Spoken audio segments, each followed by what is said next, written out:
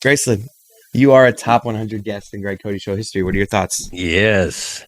I have no idea what you're talking about. All right, that's a good response. All right, see you guys later. This is the Greg Cote Show with Greg Cote. Pardon it. Here's your host, Greg Cote. Hey, that kind of thing. That kind of thing. Yeti asked and he received. Look at this. Where are you going, weirdo? Weirdo. You're so not used to seeing me dressed up that when I'm in a jacket, I'm a weirdo. That's hilarious to me. I'm going to a Ron Magill Zoo event called Feast with the Beasts. Oh, that's right. I thought maybe you were going to a Martin Scorsese lookalike contest. That's funny, too. Is there such a thing? There's a Hemingway lookalike in Key West. There should be a Martin Scorsese. I'm go there. Sure that there's been a Scorsese one in Times Square. Not Times Square, in Central Park. I would fly there. I would lose. I wouldn't even make the finals, but I'd go there anyway. Yeah, Magill, supposedly it's their biggest fundraiser of the year. And so I'm happy to support it. Your mother and I are going to be going there tonight after we record this, and I'm all half dressed up and ready to go. And have we started the episode? Yes, we have started the episode. And by the way, this is a special one. I always say that, even if it isn't. But we have a special guest today. Granted, he's only on for a minute or two, but a guy named Tony Kornheiser. Okay. Oh, why are you selling that as a guest? He sent us a clip. Okay. The word got to him that he was number one on our episode last week, our 5th anniversary top 100 guest list. And he and his crew got together and sent us a response to that. So we're going to play that later. But yes, I am dressed up for Feast with the Beasts. And I don't know what you want to talk about in today's episode. All I want to talk about is Brad Marchand to the Panthers. Oh, yeah. No, I want to bring that up, too. But first, let me just put a bow on the Magill thing tonight, because I want to announce tonight. How can you put a bow on it before you've done it? Okay, because we're not talking about Ron Magill after this, so I'm putting a bow on Ron Magill. In addition to supporting his charity event tonight at the zoo, Feast with the Beasts, which we don't actually eat with the beasts, but they're in proximity eating leaves and branches, whatever beasts eat. Are you guys eating meat at this fundraiser? I think so, yeah. That's just like, there's some irony there. Yeah, but we're probably eating beef, and there's no cattle at the zoo. You know, cattle are beneath the zoo. I don't know if you know that. I don't know if that's true. Well, we'll see. That is true. There's no just cow. There's no cow section of the. No, there's no cows at a zoo. That would be funny. Just get a pasture.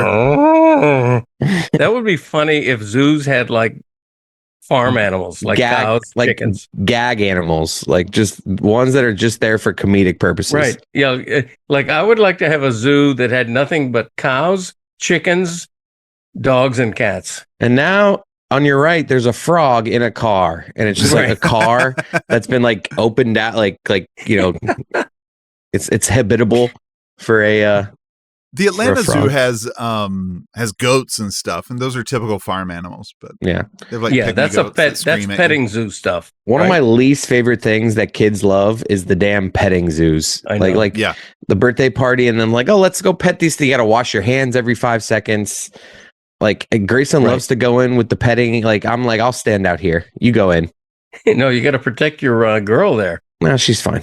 Speaking of petting zoo, Greg, you mentioned put a bow on Ron Magill. Which celebrity would look best with a bow?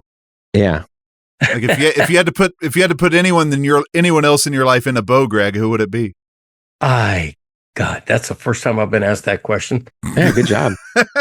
I have no idea how to even respond to that. You just wears bows now. You just reminded me, and when I growing up, I've often asked my friends this question that I'm going to ask you guys now, because you guys are my friends, and the podcast listeners, you guys are my friends. I want everyone right now to say a word that they've never said before. Go ahead, Yeti. Dad, if you're ready, you can go first. Anorexic. That's not true. You've never said anorexic before? You for sure have said the word anorexic. You love Karen Carpenter, I think. Okay, That's the association I have. Actually, Dad, it's weird. you've never talked about a story where someone, that they were talking about they were Yes. anorexic. Okay, Like, I have never not said a word that I know. what? I have never not said a word that I know. There's got to be words out there that you've only read. No, it's not true. See, like right now, Yeti is being a good producer. I bet he's looking up extremely rare words. I just asked Google, what word have I never said? The first word it said gobbledygook. I've said gobbledygook. Yeah. I've said all the words. Like, there's got to be some extreme medical term that obviously we've never said before. Like, I just like the idea of finding a word that's a common word that you're like, I've never, like, anorexic would have been a decent one. Biblioclept. See, now I've said it. See, like, but it's not a word you would ever consider. Like, whereas I like the idea of, like, I just have never happened to say raisin before. But I have. I have. No. I have. I'm just saying, like, I'm looking for something like that. That's a hard one to think of, though. What haven't I said? What word have I heard that I haven't said? Yeah, but biblioclept is someone who steals books. So reach out to us on social media and either comment on this episode on our YouTube page or tweet at us and tell us a word you've never said before. See, you're still not saying it. If you write it in the comments, that's not saying it. But I assume these people will have all said it out loud if they're writing it in the comments. But until Greg Cote has said it, no word has ever been said. Right. Correct. Yes, I will say that I said a word on the Levitard show once, and even Dan Levitard, who is learned, did not know what the word was, had never heard it before, and that's transmogrify. So that is a word that would fit the category you're talking about, except it happens to be one of my favorite obscure words. That's what I mean. Like, you say it, you've probably said it a dozen times because you like it so much. You use verklempt? Yeah, verklempt. Verklempt. I don't know if I've said that word before today. Now that I think about it, I think I think it's a Yiddish word, verklempt. It is for sure. Yeah. That's I can picture I want to finish with my McGill story and put a bow on it, okay? Because I'm going to McGill's zoo event, Feast with the Beasts. I'm going to talk to him tonight about a new book collaboration that we have in the works. This has just been presented to me in the past week or so I'm revealing it here. But I think McGill and I are going to combine on another book in the wake of The Pride of a Lion. And the book is going to be called Sex and the Animals.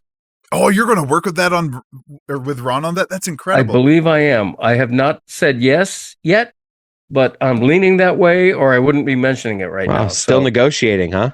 Yeah. So that's something that is in the works, as we say in general life, really, not just the book industry. Greg retires from the Herald and starts writing animal erotica. I'm assuming that there's a little bump up this time, Well, I don't do it for the money. Huh. Well, you can, well, that's an option. Okay. All right, that's fine. There's a lot of things you don't do for the money, Greg. Yeah.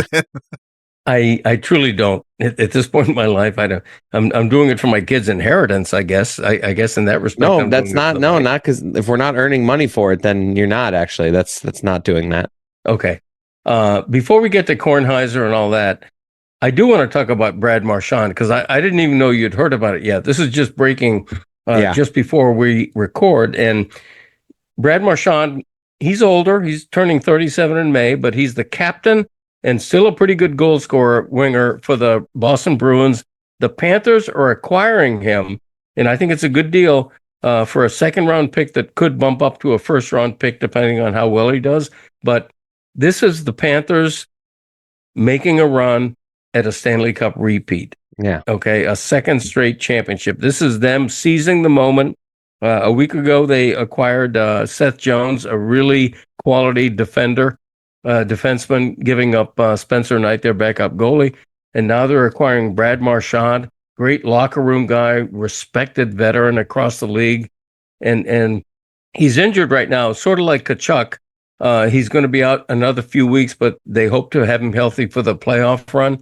And this is the Panthers just saying, look at here, hey, NHL, we expect to repeat as Stanley Cup champions. This is them making a move. This is a tough one because, we hate the Boston Bruins. So I've hated Brad Marchand as long as I've been a serious Panther fan. He's one of the first rivals that I really had hatred for, outside of everyone that wears a Tampa Bay Lightning jersey. It's really just Brad Marchand and the Tampa Bay Lightning. Like, that's what I've known. Yeah. And getting the chance to stick it to Boston fans and getting as they're just falling apart and now they've decided they have to rebuild. Yep. So it just kind of makes me feel good that for a draft pick, because there were rumors at the beginning that we gave up a Bennett or a Lundell or even a Verhaeghe. And if we were talking that for 1 year of Brad Marchand, I'm not in for that. But I agree with you. You don't give up much and you get to stick it to Boston fans, and it kind of puts a cherry on their rebuild and the fact that they're just punting. So that's cool. When we play if we play the Bruins in the playoffs, even though I don't even know if they're going to make the playoffs, that's how bad they are. Right. It'll be nice to give this, rub this in the face of Boston Bruins fans. But but he's kind of pulled 21 goals out of his ass. Like you said, he's old. So I'm sure he's kind of like a Kachuk Bennett, rabble rouser. He's the guy that annoys you and then you give up a goal because you're annoyed. Right. More so than he's a scorer, but I'll take it. Yeah. I like it for a draft pick. I agree with you. I would not have wanted to give up Lundell or a goal scorer for him, but to get the deal they did, I thought it was a good deal. And, he's a guy. You wonder about his attitude coming to Florida, because he didn't want to leave the Bruins. He was hoping they would offer him a 2-year contract extension, and they didn't. So, and let's remember that Bennett elbowed him in the head last playoffs. Him and Bennett just played together with Canada, so I'm sure they're fine. Right. But him and Bennett, the Bruins fans hated Sam Bennett last season because he knocked Marchand out for I think a game. So these guys haven't it's awkward him but he's a veteran, so it's going to be fine, obviously, in the locker room. But the line of, if they play together, which I'm assuming they will at some point, Marchand, Kachuk, and Bennett, people are already calling it the most annoying line in hockey. Right. That's great. And all of this is a good deal, assuming that Marchand, like Kachuk, is ready in the next couple of weeks, or certainly before the playoff begins. But it's exciting. I always look at the broad view and the bigger picture, and to me, this is the Panthers making a statement that we want to win 2 in a row, which is rare in hockey. Yeah, I always want to call him Barry Zito, but I'm going to say it on the front. It's Bill Zito. Bill Zito is just the Seth Jones move. That's a legit good move. Seth Jones. We gave up our backup goalie, Spencer Knight, who might have had a future with us, but Seth Jones is a legitimate good defender. It's a great deal. Yeah, I feel better about that move long term than I do the Marchand move. But they're both just signs of Bill Zito just not being content and seeing maybe we have this slight weakness now. Well, let's fix that. It's because he could very easily just kick his feet up and say, I will be a god in this town forever. I don't need to go wild here. I could just ride out the contracts I've given. Right. He's wheeling and dealing, baby. Wheeling and dealing. He is. He's wheeling and he's dealing. Not just wheeling. He's doing both. Right. And the, if you look too far into the future, you're a little bit worried, because all of this means that what's after Bob? Bobrovsky is an older goalie. He's got 1 more year in his contract. 2 years from now, we're worrying about, who's the Panthers goalie? What's their plan? But I'm thinking short term. Right now, they're making a move for a back-to-back Stanley Cup championship, which I just love. I think it's great. Wow, I'm out of breath. We've been talking a lot, and especially a lot about hockey. And you're wearing a suit. I am. Well, not a suit, just a jacket. Yeah. I got a beautiful blue shirt shorts? Under a black jacket. Yeah, let's see the bottom half. Yeah, I'm not dressed. No, let's see it though. It'll look ridiculous. Come on, this is good. Let me see. Think about the YouTube views. Think about everyone Dad, we can't see it yet. We got to zoom in. Think about everyone. There we go. Blue. Oh, I thought, man, if you were rocking just blue, dress pants with that outfit, that would be a thing. No, I'm just glad I had pants on. Yes, we all are. Think about the dozens of people scurrying over to their YouTube right now. That would have been hilarious if I was totally nude from the waist down. Just imagine some guy in his car who always listens to us, a dedicated every week listener, but he just doesn't get into the whole YouTube stuff. And because I want to remind our audience, we are fully on YouTube now. Most episodes, the full episode, and you can see us, and we're a sight to see. But there are probably people out there who listen every week, but they're just like, I'm not doing the whole watching thing. And there's a few of them right now that are like, I got to see these pants. Right. I got to see what he looks like from the bottom down. That's true. And won't they be disappointed? Yes. Before we leave sports, I'm going to give you guys a few choices of things we could talk about. And if your answer is none of them, they're all awful, just tell me. Okay. We can talk about Stephen A. Smith agreeing to a 5-year extension with ESPN.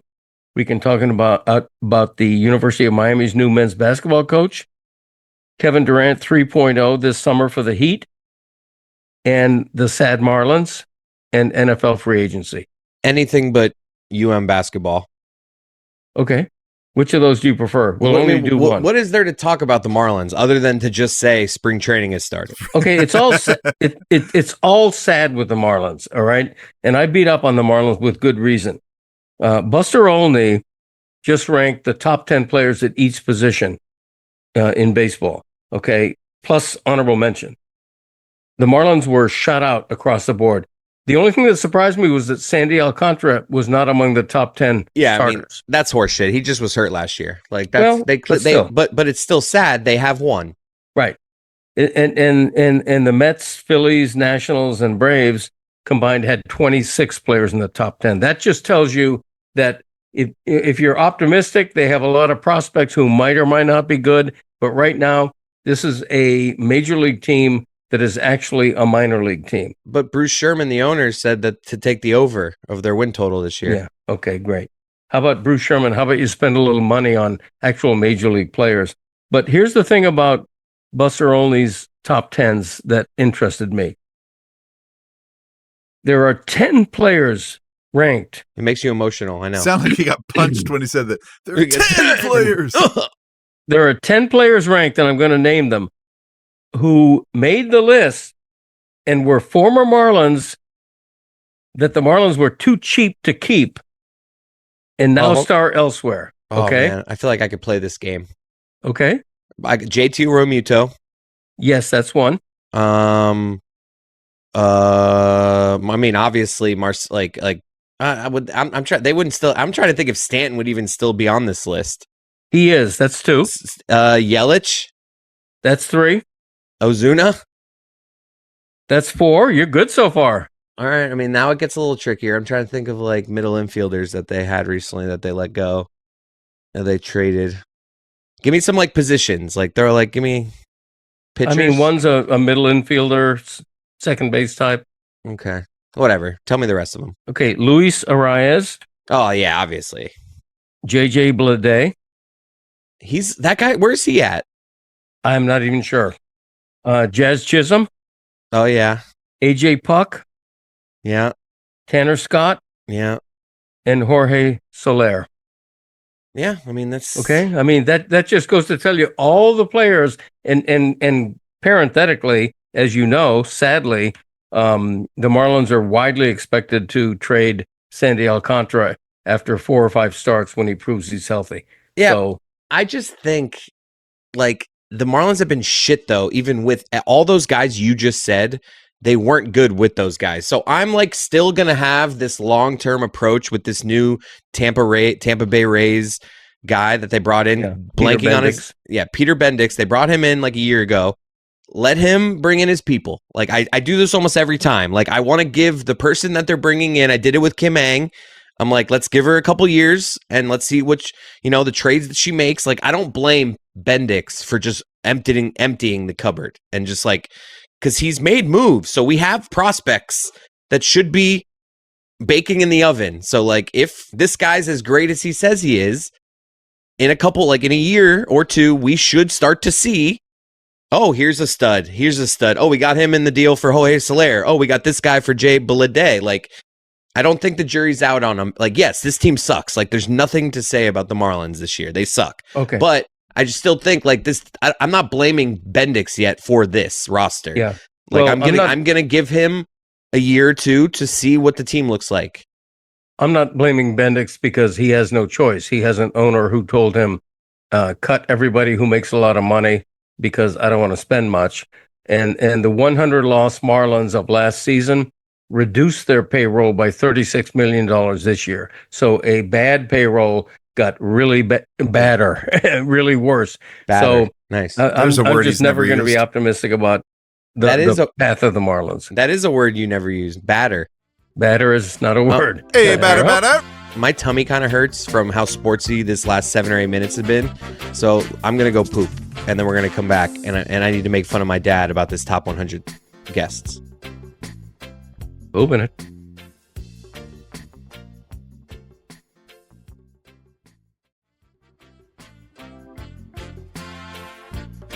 And we're back. I didn't wash my hands. I'm at home, right? It's fine. No, I'm kidding. I washed my hands. No, you All didn't. right. You don't wash your hands at home. Smell my hands. You don't wash your hands at home after pooping. Admit it. I 100% do. I don't do it after peeing, but yes, poop. I mean, Dad, when you're wiping, like, do you? Don't you like get down there when you're wiping? Like, yeah, I dig in. Anytime my hand goes near that area, not my pee-pee, but anytime my hand goes near the like, I'm 1,000%. All right, if you say so.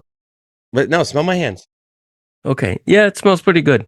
Where was I? So, this top 100, Dad. I wish the audience could have like seen this text chain that I was dealing with. But part of me wants to put it out with the video. I kind of want to do a screen share. We realized who did we forget? After we recorded the episode, we realized we forgot Uncle Dick. Okay. Who in the episode I made fun of, I think Izzy, for implying that he would be he like said, "Am I better than Uncle Dick? Where'd I go?" And I was like, Izzy, you think that you're going to be better than Uncle Dick? Hold Dick on. Is on its way. Perfect chance for me to cue up the Greg Cote Wayback Machine. Yes. Let's take a trip down memory lane in Greg Cote's Wayback Machine. Back in it. Wow. Have we revealed Uncle Dick yet? You thought you were going to be higher than Uncle Dick. That's cute. No. I was just trying to pick the two that were in front of me. I definitely think Uncle Dick is top 5. All right. Exactly. And so, Izzy, you were right.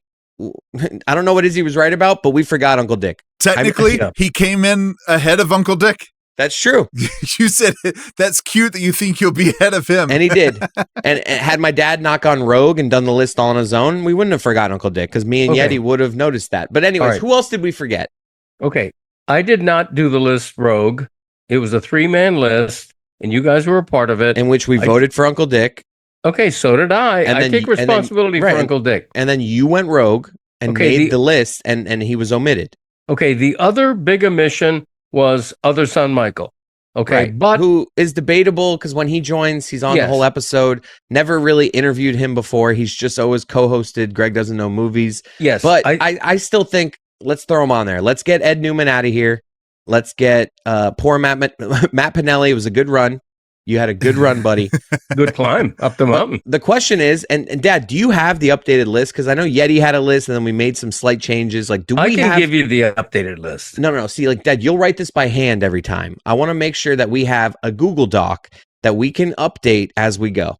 Okay, I will give it to you. Okay, right now, because I want to update it right now, and I want Yeti to have access to this. All top 100. Let's go. Okay, now right this second.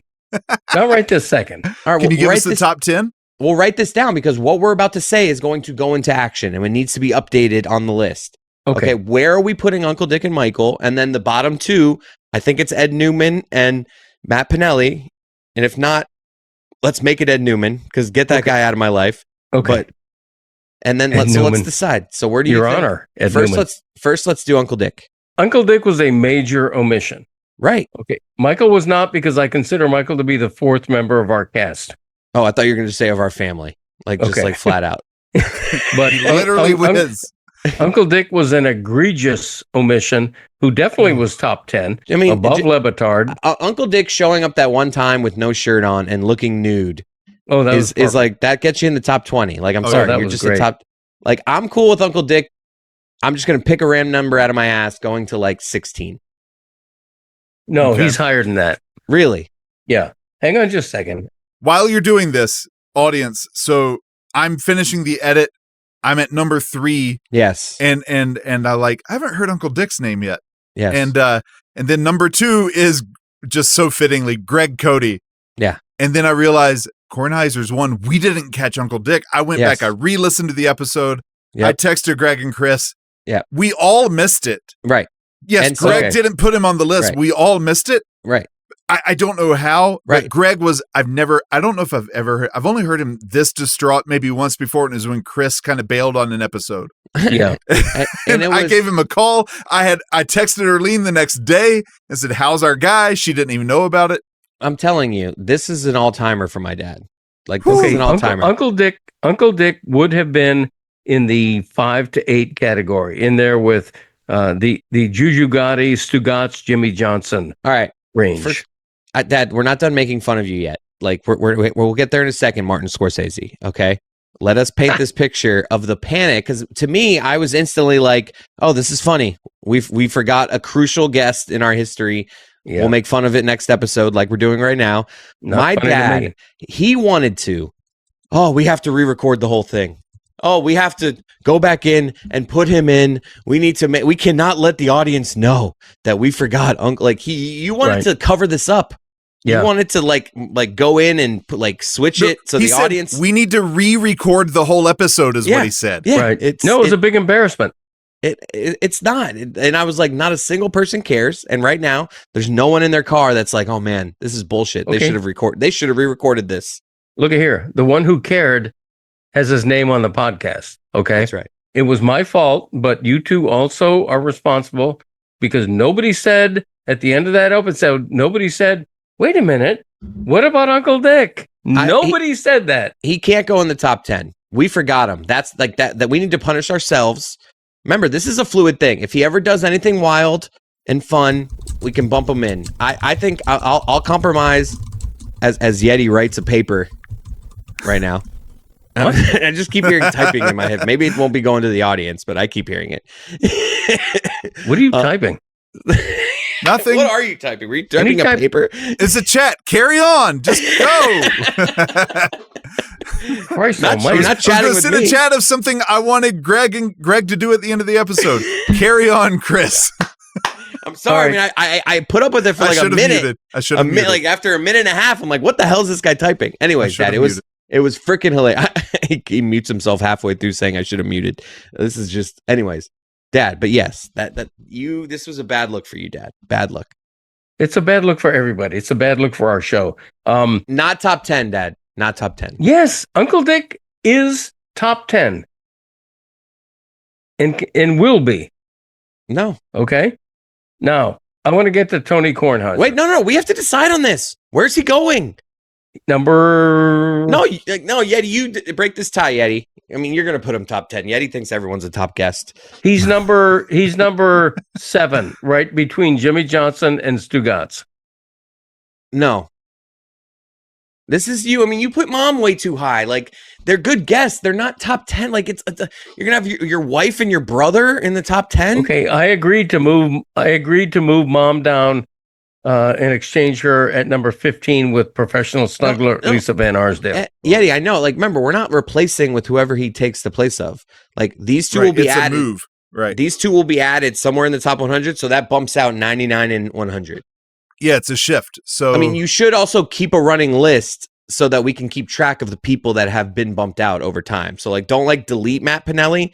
Just have it be so like he's now 101, 102, etc. Make a line. It'll and be then, out of on the bubble. So we can always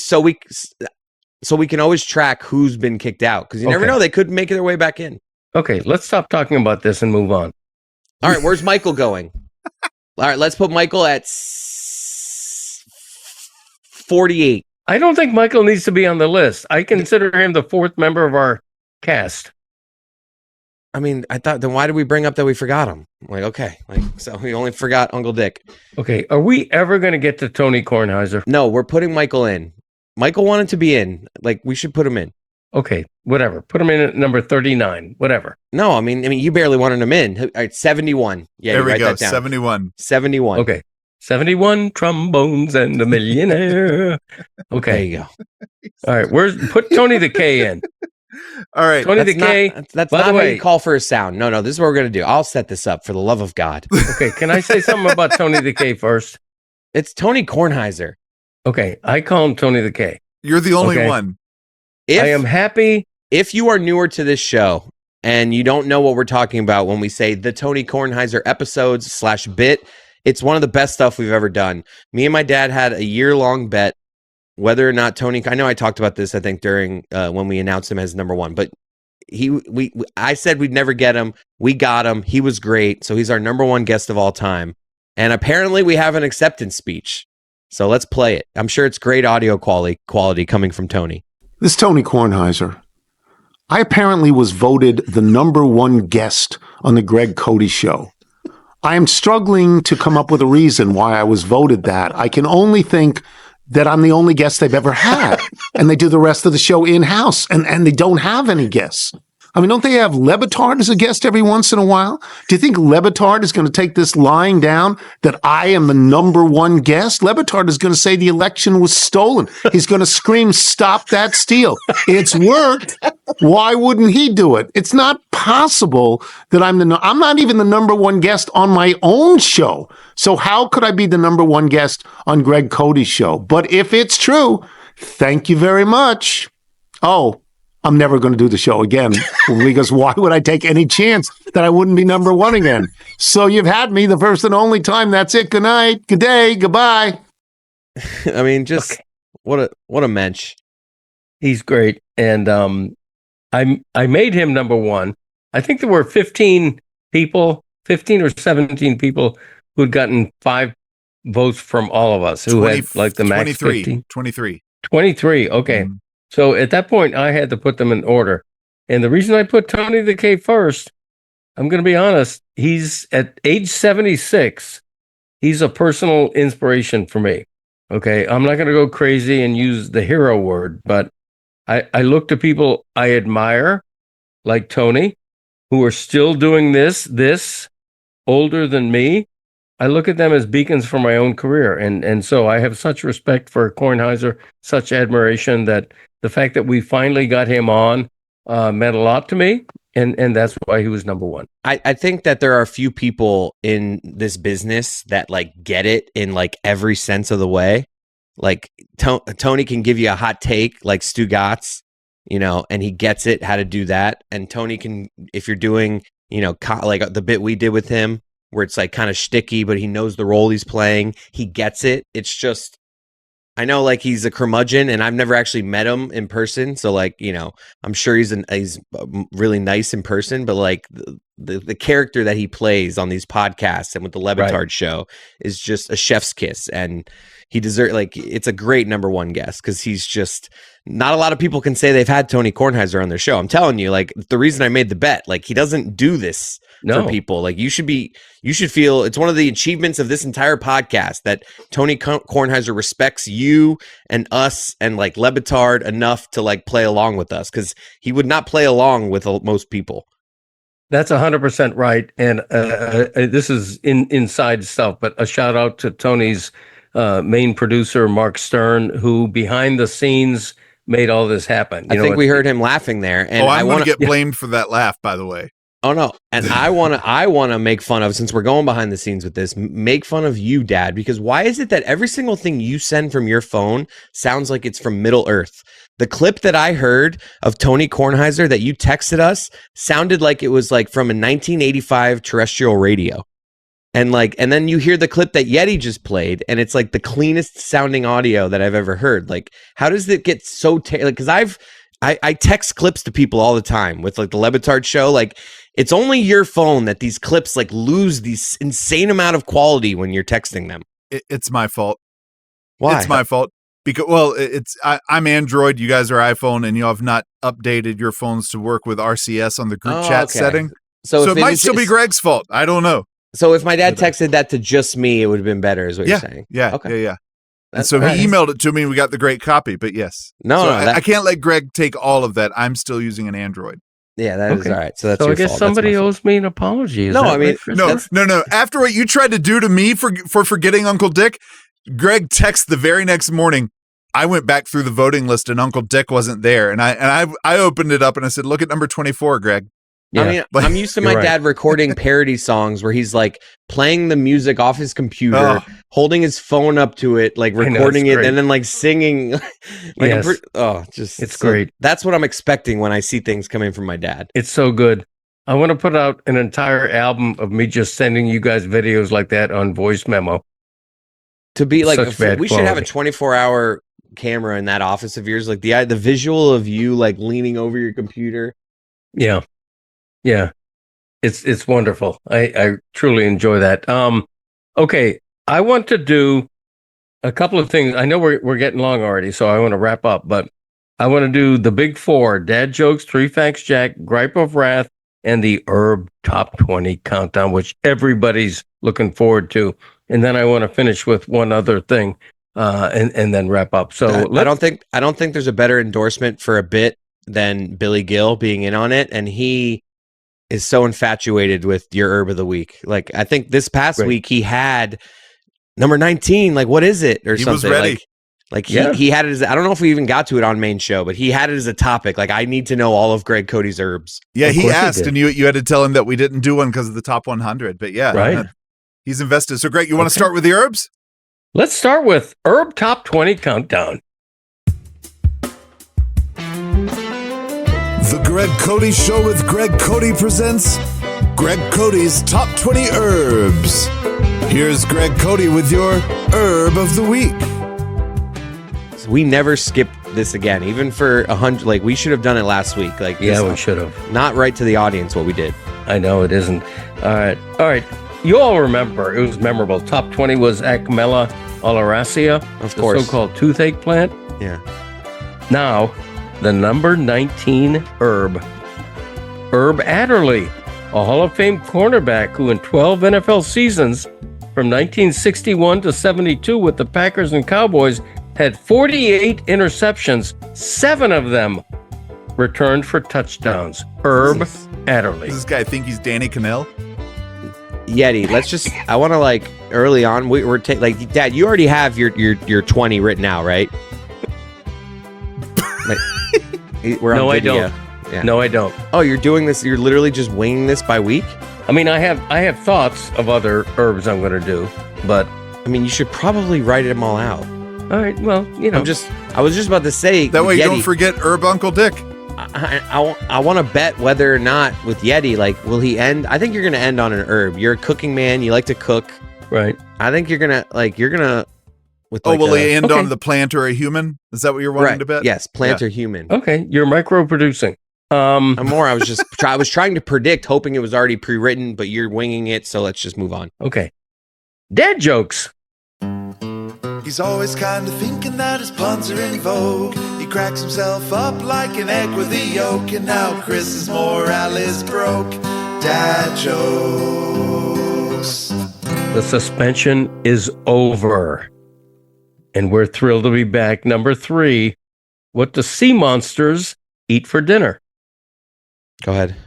Fish and chips.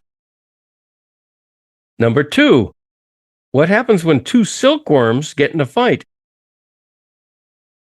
They rap. Nothing. Something about a rap? It ends in a tie. Ah, okay. Silk ties. Right. That's pretty good. That's all right. That's all right. No laugh, but okay. Clever enough. Number 1, how does the moon cut his hair? You have the moon being a he, huh? If you prefer, how does the moon cut her hair? Same answer. Eclipse it. I like that one. Okay. 3 facts, Jack. There are 3 things that interest him, so sit right back for 3 facts, Jack. Number 3. Scientists estimate that up to 70% of the sand on white sandy beaches in the Caribbean and Hawaii is made up of parrotfish poop. Wow. Thank you, parrotfish friends, for making the sand in which we play. Number It's 2. a real song. Okay, I had no idea. Number 2, it's cute, but dogs tilt their heads for a reason. It's to listen more carefully to words familiar to them, such as bay. Number 1. I feel like everyone does that little head tilt. You ever like say someone to someone, like as someone who says really stupid shit a lot, I get the look from humans often as well. It could be. Just like a little, like you say something really ridiculous, just a little. Yeah, that's a good observation. Number 1, Marla Gibbs, who played the housekeeper in the hit sitcom The Jeffersons, continued to work as an American Airlines flight attendant the first 2 years the series aired. Gripes of wrath. I don't know if I could ever do that job. As comfortable as I've gotten with flying, there's just like, I don't know if I could ever get comfortable with just like, I'm going to be on 6 flights today. Oh, I would hate it. I would not do it. I mean, the dealing with people would also obviously like not be ideal, but just like, and that is a comforting thing on a flight when you just look at a flight attendant and you're like, oh, they're not scared at all. Like this is, they couldn't be less panicked. So they are calming on there, but they are. It's just, man, that's not for me. No, that's a job I could not do. Like right now, Dad, like if I like, I'm trying to think like Yeti, you know, my dad doesn't give a shit about money, as he said earlier, but like Yeti, for like $500,000 a year, would you become a flight attendant? $500,000 is that's good. I know, that's what I mean. It's like life changing. Like holy shit, I'm living like a completely different life. I would very much consider it. It's that's a lot more than I'm doing now. No, same. So yeah, maybe I'm just like, that might be a good number for me. Christy, would you be a flight attendant for $500K a year? How often do I have to like? What's my? You have to work pretty full time. Yeah, like pretty like. What's she saying? She said, "What's my schedule?" Which is a valid question. Yeah, that's it. Yeah. If I'm never home, then no, you can't pay me enough. We think she's in. My wife's in. I think all right. I would do another You'd be a good flight attendant because you're stern, but friendly at the same time. Yeah, exactly. I'm too large to be a flight attendant. Yeah, my gosh, that would be really uncomfortable. You would be like chatty Cathy too. My ass would be in people's faces every time I'm trying to like help. Yeah, it would be like, what can I get you? No, you can't. Never mind. You can't pay me enough. I'd be like, can I get a Coke? And he'd be like, he'd be like, you know, Coke Zero has 0 sugar, and he'd like trying to like. I've really found that if you get this, if you have a Snickers bar with a Coke Zero, it tastes just like a Coke. By the way, that was another podcast appearance by Christy, who failed to make the top 100 guest list. Wow. Christy. I like how you rubbed it in. Christy. I just think she deserves a chance to speak on this. Christy, did you know that we just revealed our top 100 guests of all time? Speaking of the mic. And that you did not make it. You want to know why? Why? I've never been a guest. You have been a guest. You've been on enough to like, and Graceland is. What number was Graceland?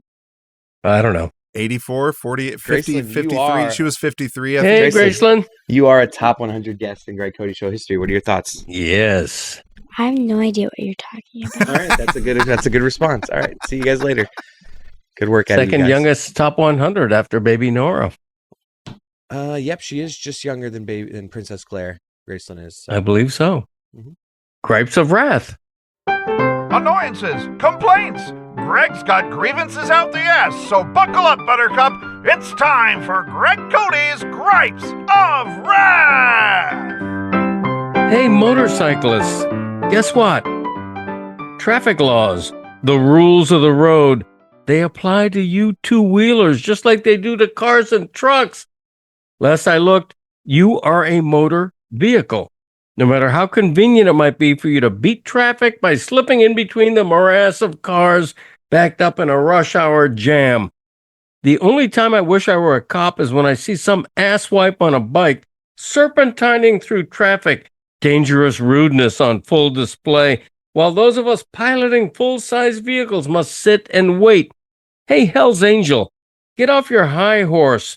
Quit cutting corners and seethe in a traffic jam just like the rest of us. Yeah, but cops are told not even to go after. If like a guy's going like over 100 miles an hour doing one of those things, like it's safer not to go after those guys. That don't make it right. I know. I mean, trust me. I actually had close call recently driving home from work where I'm like, wanting to switch lanes. I check, I go back, and then I go to switch lanes, and like in that second and a half, some like guy comes whizzing by me that like I almost like. Luckily, I didn't hit him, but it was just like one of those moments where I'm like, holy shit, those guys come out of nowhere. It's terribly dangerous what they do.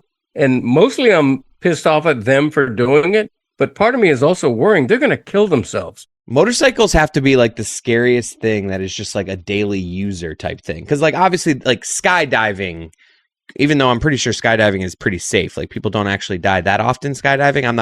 I don't know the statistics, but and same thing with motorcycles. Maybe the statistics are actually not that crazy, but it's just like, what is there in life that is more dangerous than like riding a motorcycle? Yeah. It feels awful. Use the word morass. That's a word I've never used until just now. I like that. Okay. I like that word. I still haven't said it, and I'm not going to. I want to hold that Say one it in my right now. holster. Say morass. No, I want to be able to. Morass. Say morass. I know I'm doing this thing where I keep calling my wife. I mean, it's terrible for the podcast, but I kind of want to ask her if like a word that she's never said before. Go ahead. Christy. Well, last one. Last one.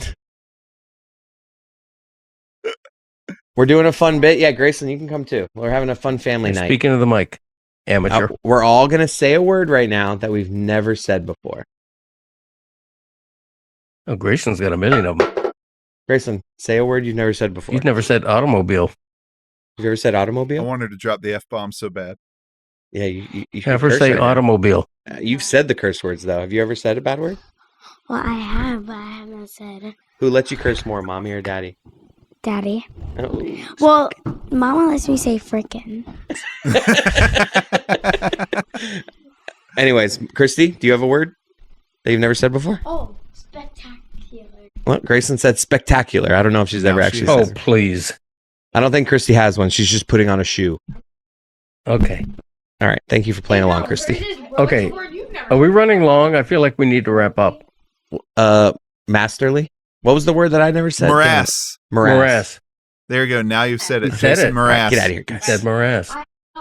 Thanks for nothing. You put the ass in morass. Sorry for the last minute, podcast listeners. I want to discuss, and part of this is Christopher signing off on it because it involves the Levitard show, but I want to discuss, on the Levitard show, acting has come up, okay? Everybody knows, I've been featured in a major motion picture, Absence of Malice. I've had a background in acting.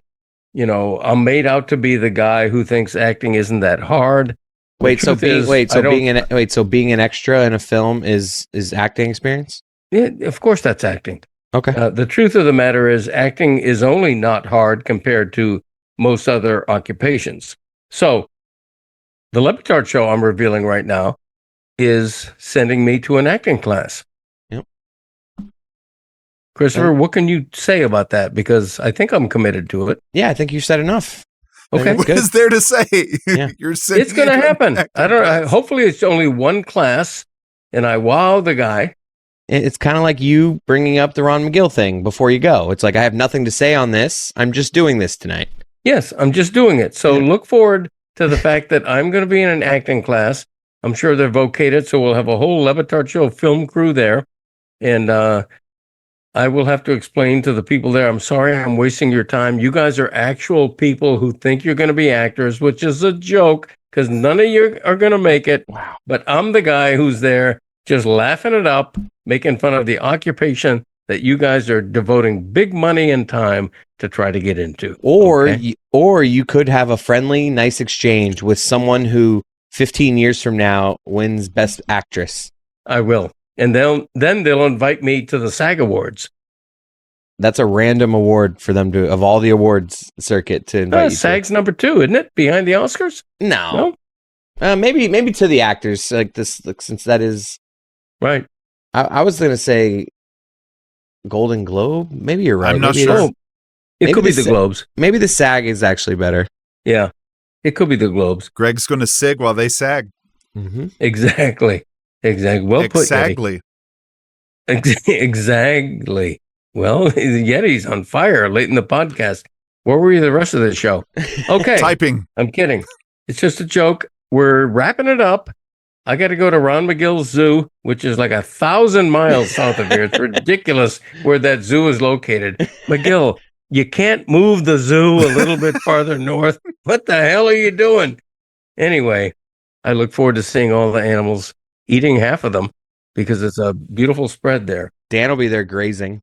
He will be there. Just out with like the Dan and Val will be there. with the antelope, just like out there, just like. Yes. Anyway, on that note, thank you all for joining us. Really appreciate you always.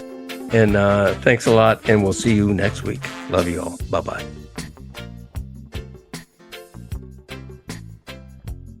Absolute Cinema. What an honor to have Martin Scorsese this episode. Thank you. Thank you very much. Good night, everybody.